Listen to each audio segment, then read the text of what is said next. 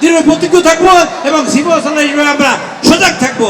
বাংলাদেশের এই যুবকরা এখানে দাঁড়িয়েছে, তাদের স্বপ্নকে যেন আর কেউ পদদলিত করতে না পারে, বাংলাদেশের সম্পদকে যেন কখনো লুণ্ঠিত না হয়, বাংলাদেশের এই যুবকের আশাকে যেন কেউ পদদলিত না করতে পারে।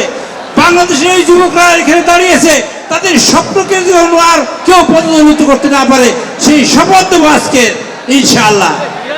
বর্ষা বিপ্লবের আজকে দ্বিতীয় বার্ষিকী, এই দ্বিতীয় বার্ষিকী আমরা ধারণ করব, বর্ষা বিপ্লব আমরা হৃদয়ে ধারণ করব এবং এই হৃদয়ে ধারণ করে আমরা সামনের পথ চলবো, দেশকে সামনে এগিয়ে নিয়ে যাবো।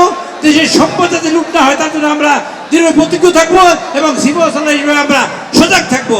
যারা আমাদের হুমকি দেয়, যারা আমাদের কথা বলতে এখন দিতে চাই না, ভবিষ্যতে এই 2 বছরের মাথায় আমরা তাদের কোনোদিনই কথা বলতে দেবো না, সেই শপথ আজকে আমরা নিয়ে আজকে আমার বক্তব্য শেষ করছি। আল্লাহ হাফেজ। বাংলাদেশ জিন্দাবাদ।